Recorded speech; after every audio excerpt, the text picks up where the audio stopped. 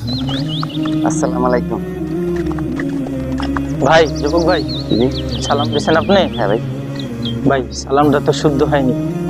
আসসালামু আলাইকুম, ঠিক আছে ভাই? বলেন তো। আসসালামু আলাইকুম। মাশাআল্লাহ। আর সালাম যখন দিব ভাই, সালামটা পূর্ণাঙ্গ সালাম দেব।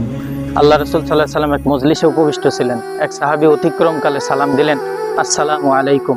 আল্লাহ রাসূল সাল্লাল্লাহু আলাইহি ওয়াসাল্লাম বললেন, এ ব্যক্তির 10টি নেকি উপার্জন হইল। অতঃপর আরেক সাহাবী অতিক্রমকালে সালাম দিলেন, আসসালামু আলাইকুম ওয়া রাহমাতুল্লাহ।